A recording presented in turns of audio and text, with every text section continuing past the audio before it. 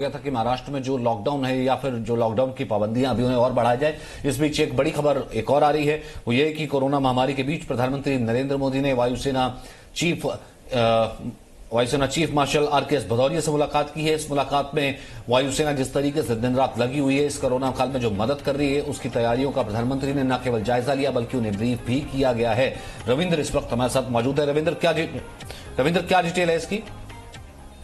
देखिए सचिन, परसों दिन उन्होंने आर्म फोर्सेज के साथ इस तरह की बातचीत की थी, उसमें सीडीएस बिपिन रावत आए थे और आज इंडियन एयरफोर्स जो आपने पिछले 15 दिन से आपने देखा है कि पूरा देश ने देखा है कि किस तरह से ऑक्सीजन या फिर ऑक्सीजन रिलेटेड जो इक्विपमेंट होते हैं उसका किस तरह से कैरी कर रहे हैं और जहां जरूरत है वहां पहुंचा रहा है। एयरफोर्स के C-17 हो या फिर बड़े जहाज हो, यहाँ तक कि विदेशों से भी लाया जा रहा है, सिंगापुर, दुबई और यहाँ तक कि अमेरिका से भी लाया जा रहा है। तो कहीं ना कहीं इस पूरे मामले को ब्रीफ किया है आरकेएस भदौरिया ने प्रधानमंत्री नरेंद्र मोदी को और ये भी बताया है कि सभी मंत्रालयों से जो संबंधित मंत्रालय उनसे कोऑर्डिनेशन के लिए एयरफोर्स ने एक Covid air support system develop किया है जिससे कि बेहतर सामंजस्य पैदा हो सके। उस पर प्रधानमंत्री ने कहा, ये भी कहा प्रधानमंत्री ने कि आप जो भी इस काम में लगे हुए एयरफोर्स के जवान वो सुरक्षित भी रहे, इसका भी ध्यान रखा जाना चाहिए। तो कहीं न कहीं एयरफोर्स जिस तरह से बड़े पैमाने पर अपना ऑपरेशन कर रहा है इस कोविड काल में ऑक्सीजन की व्यवस्था करने के लिए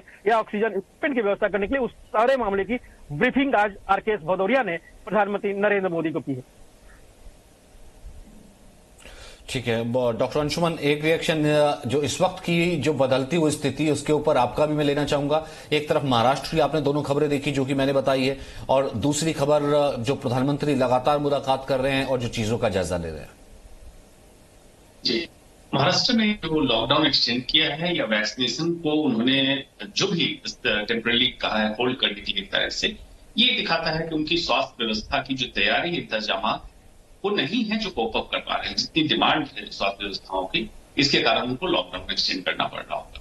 जहां तक वैक्सीनेशन की बात है, अगर उनको कोई दुविधा हो एटलीस्ट रजिस्ट्रेशन ओपन रखें, वैक्सीनेशन बेशक वो हफ्ते दिन बाद चालू करें, क्योंकि यही एक तरीका है कि वायरस के म्यूटेशन, फर्दर म्यूटेशन होने को कम से कम होने दें, जल्दी हर्ड इम्यूनिटी अचीव करें, तभी तरीका है, तो उनको करना चाहिए।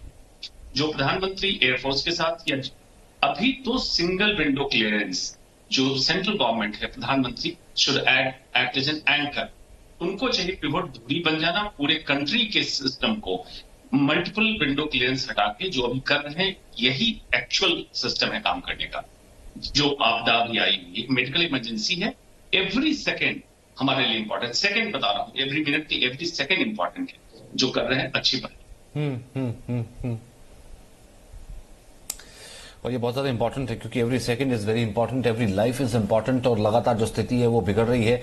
तो ऐसे में महाराष्ट्र में एक्सटेंड किया गया दिखाता है कि ये कि महाराष्ट्र सरकार की शायद पहले भी तैयारी नहीं थी, तैयारी अगर होती तो शायद इस तरीके से केसेस ना बढ़ते, हाथ से नहीं चीजें जाती, और अब भी तैयारी नहीं है। अब जबकि रामबाण ये कहा जा रहा है कि इन केसेस को रोकने का वैक्सीनेशन ही है। आप हमारे साथ बने रहिए सर, एक छोटा सा ब्रेक ले रहे, वापस आ रहे हैं।